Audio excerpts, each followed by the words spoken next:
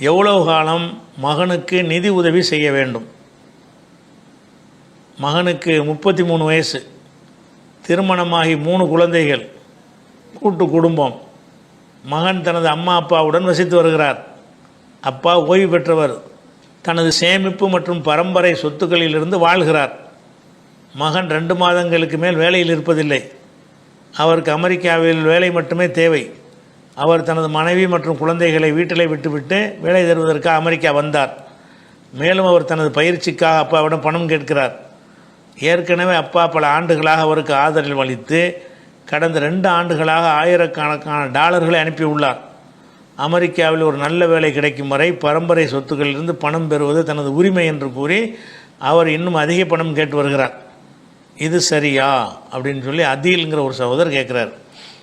அதாவது சுருக்கமாக என்ன கேட்குறாருன்னு கேட்டால், ஒரு தகப்பன் என்று சொல்லக்கூடியவர் மகன் என்பவருக்கு எத்தனை வயசு வரைக்கும் எவ்வளோ காலம் வரைக்கும் அவர் அவர் கவனிக்க கடமைப்பட்டிருக்கிறாரு, அதுதான் அடிப்படை. அதில் என்ன கேட்குறாருன்னா, 33 வயசு ஆயிடுச்சான் மகனுக்கு, இன்னமும் வேலை கிடைக்கலையா, இன்னமும் வாப்பாட்ட உதவி கேட்டுட்டு இருக்கான். 33 வயசு புள்ள குட்டியெல்லாம் இருக்குதான். இருந்தால் கூட என் பரம்பரை சொத்து இருக்குதுல்ல, அதுலேருந்து எங்கள் பாப்பாவுக்கு எனக்கு தருவது அவருடைய கடமை, அது வாங்கி கொள்ள என்னுடைய உரிமை அப்படின்னு எல்லாம் அவர் சொல்லுகிறார்னு சொல்லி இந்த கேள்வி கேட்குறாங்க. இதில் நம்ம இதில் 2-3 விஷயத்தை ஃபஸ்ட்டு கவனிக்கணும். பழைய காலத்து கதையை வச்சுக்கிட்டு பருவம் அடைஞ்சவொன்னே அவனை விரட்டி விட்ருங்கிற மாதிரி நிறைய பேர் சொல்கிறாங்க.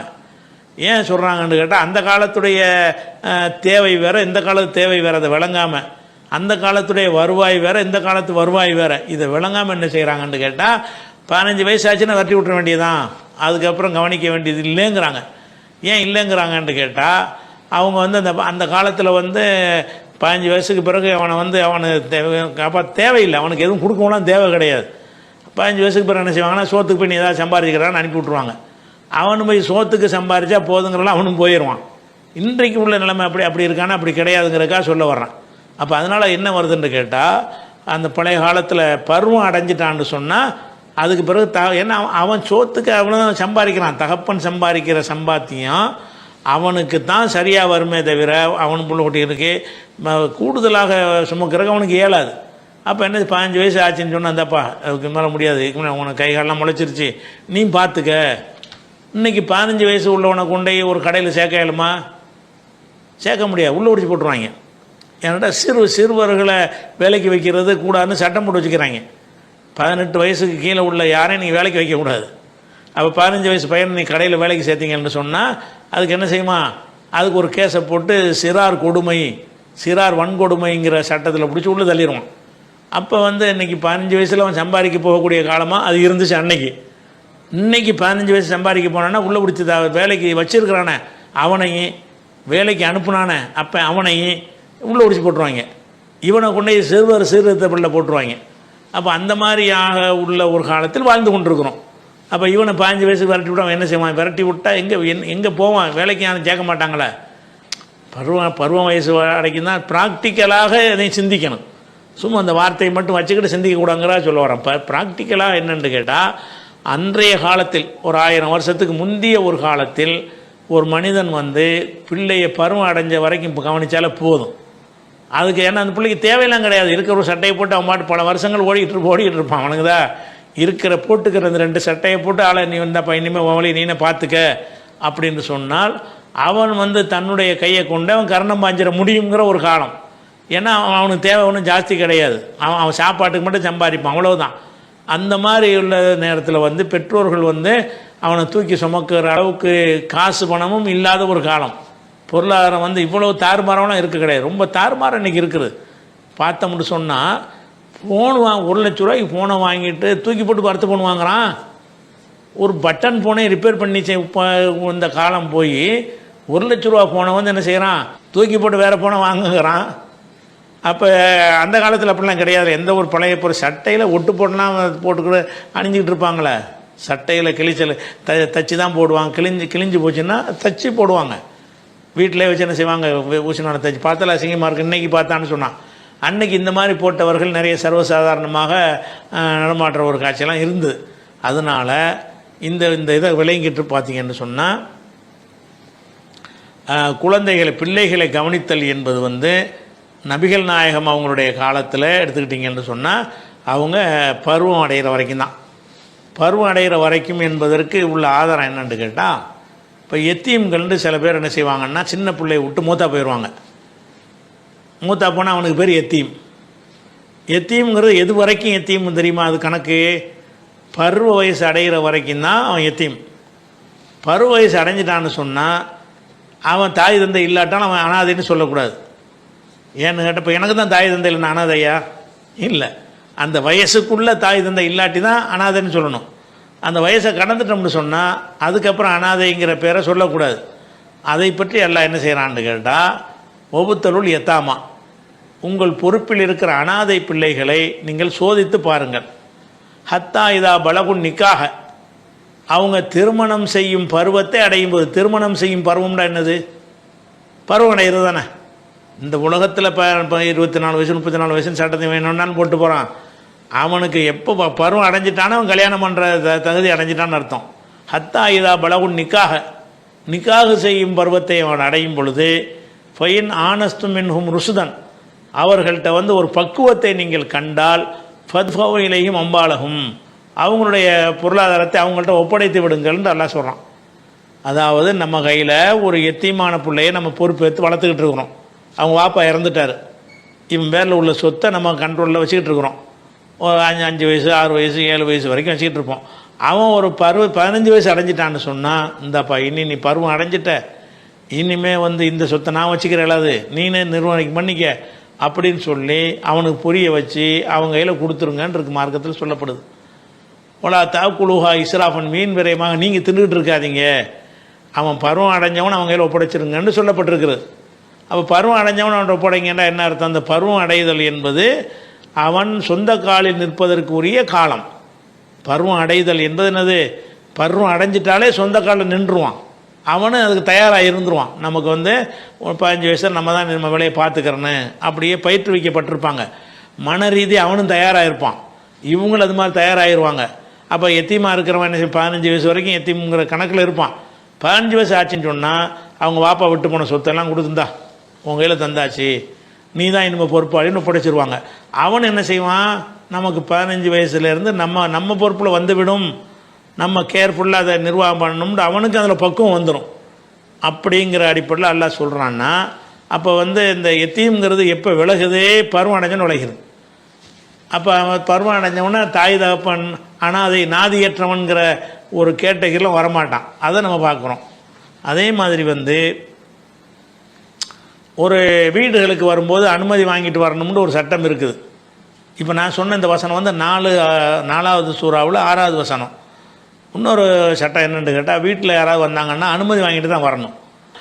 அனுமதி உள்ள பர்மிஷன் வாங்கிட்டு தான் உள்ளே வரணும்னு இருக்குது. அதை வந்து அல்லாஹ் என்ன சொல்லி காட்டுறான்னு கேட்டால், சிறுவர்களுக்கு அது கிடையாது. சிறுவர்கள் என்ன செய்யலாம்? அனுமதி வாங்காமல் வீட்டுக்குள்ளேலாம் வரலாம்.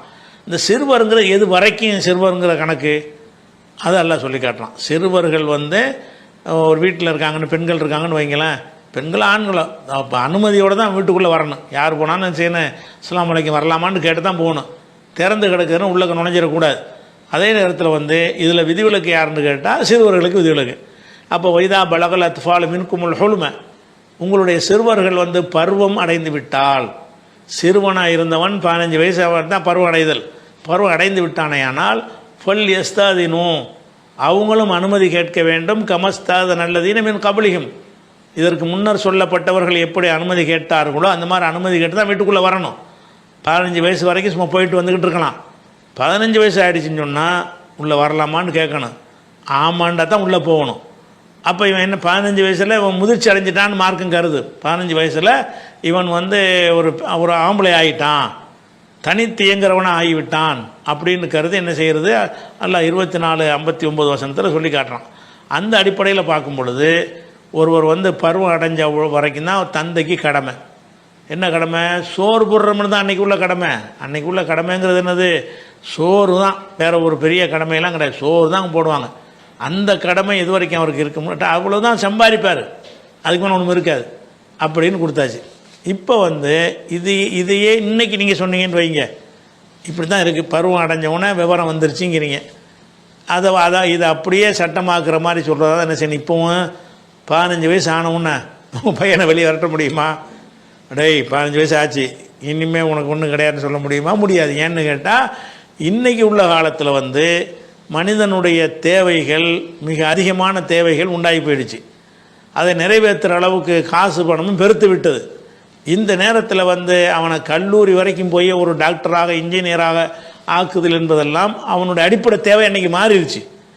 அன்னைக்கு அதெல்லாம் கிடையாது. டாக்டரா இன்ஜினியர்லாம் அதெல்லாம் உண்மையே கிடையாது. அன்றைக்கி என்னது, போய் சம்பாரிச்சிட்டு சாப்பிட்றதுக்கு சம்பாரிச்சிட்டு வாடா, அவ்வளோதான் இப்போ டாபிக். சாப்பிடுவதற்கு சம்பாதிப்பது மட்டுமே ஒரு அடிப்படை தேவையாக இருந்த ஒரு காலத்தில், அந்த அளவுக்கு மட்டுமே பொருளாதாரம் குறைவாக இருந்த ஒரு காலத்தில் அது ஓகே. இன்றைக்கு அவனை வெளியே விட்டு என்ன சொன்னால், 15 வயசுக்கு முறை உனக்கு பார்க்க மாட்டான்னு சொன்னால், 15 வயசில் எத்தனாம் கிளாஸ் படிப்பான்?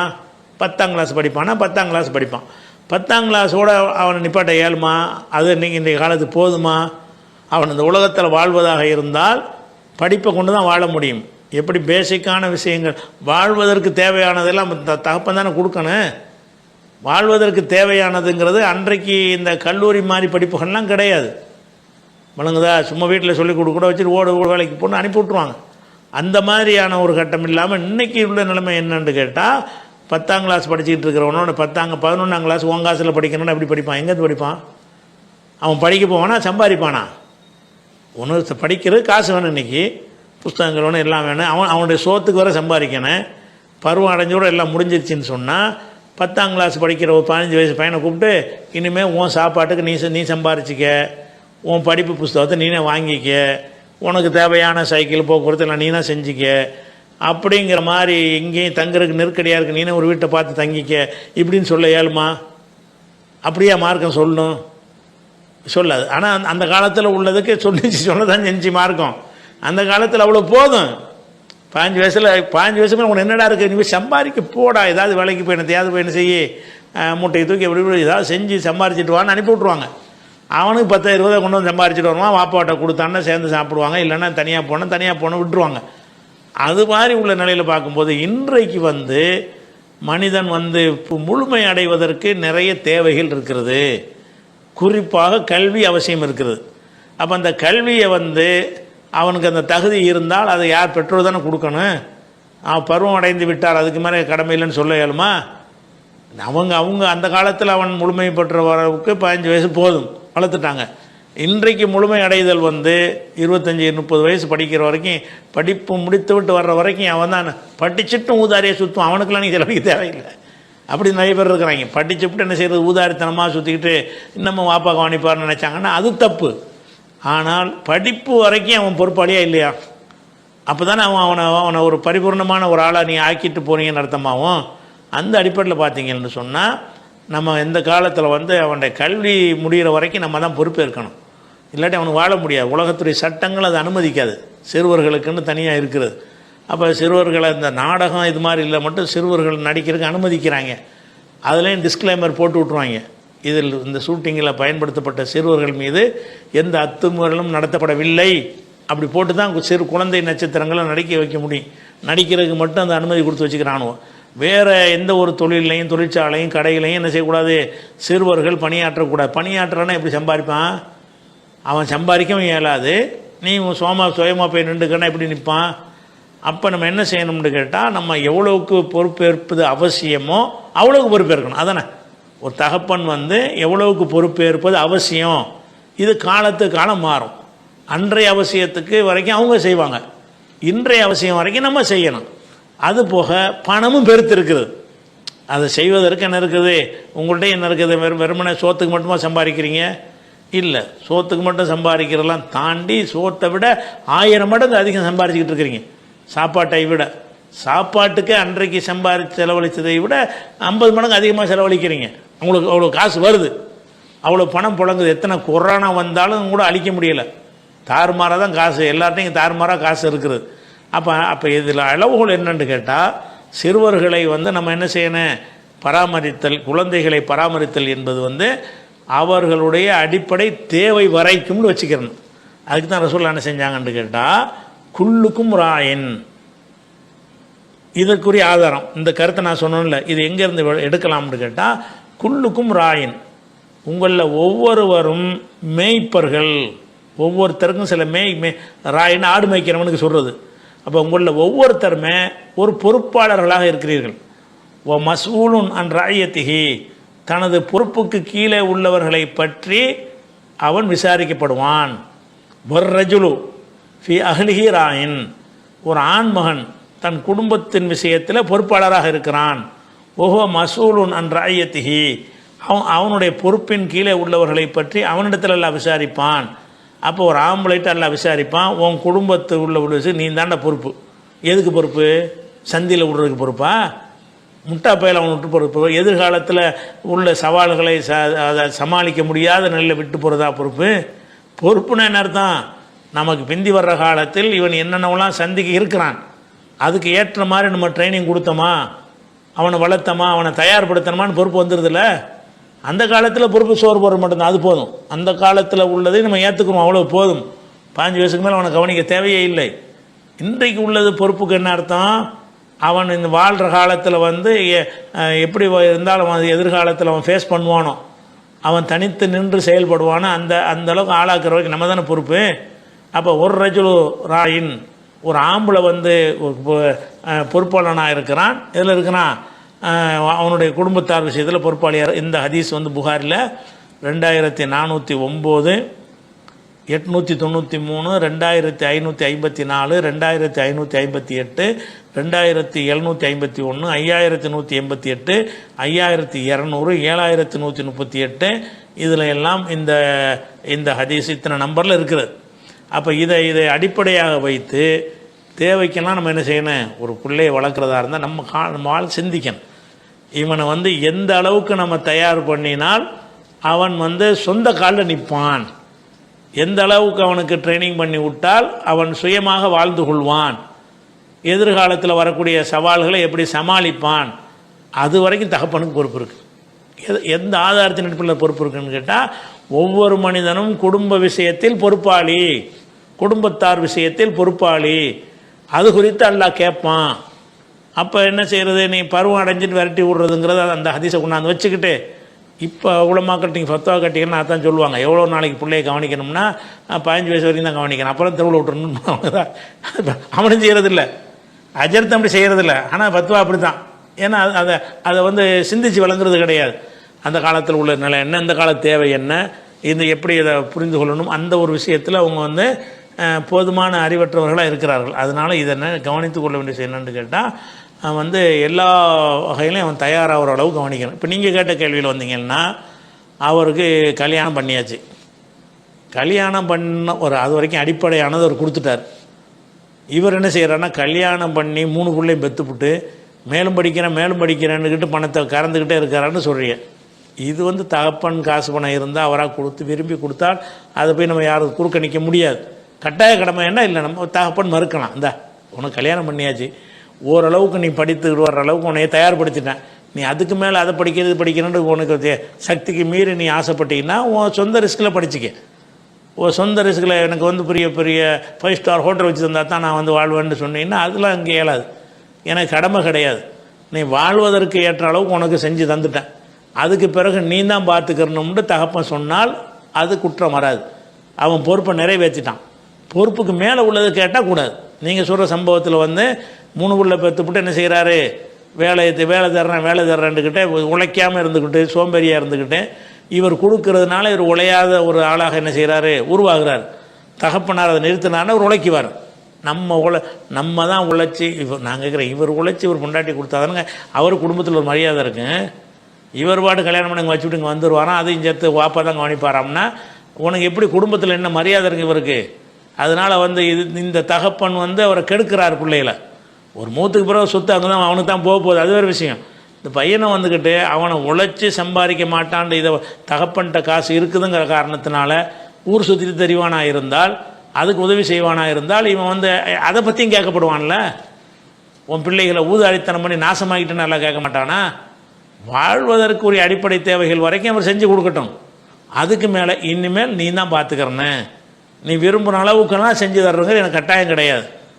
வழங்குதா? அவன் உழைக்கும், அவன் கெட்டு போயிடுவான்னு சொன்னால் அவருக்கு அந்த உதவிகளை நிறுத்தி கொள்ள கூட செய்யலாம். நீ வேலைக்கு போய் சம்பாரிச்சிக்க, பைசா தரமாட்டேன்னு சொன்னால் என்னத்தையாவது ஒரு வேலையை பார்ப்பாரா இல்லையா? அவர் எங்கேயுமே தங்குறது, இந்த மாதிரி ஆளுக்கு என்ன செய்வாங்கன்னா எங்கேயுமே தங்க மாட்டாங்க, எந்த வேலையும் பார்க்க மாட்டாங்க. அது எல்லாம் பிள்ளைகளுக்கு எடுத்து நாசமாக்குறது பெற்றோர்கள் தான். பறக்கத்தை காலில் காசை கொடுத்தோன்னு என்ன செய்யறதுனா ஒரு அடிப்படை வரைக்கும் தூக்கி நிப்பாட்டுறது ஓகே. அதுக்காக வேண்டி காலம் வரைக்கும் 50 வயசு வரைக்கும் தூக்கி நிப்பாட்டணுமா?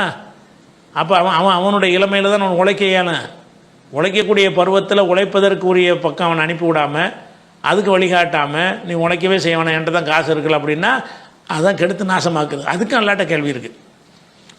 இதை ஞாபகத்தில் வச்சுக்கணும்.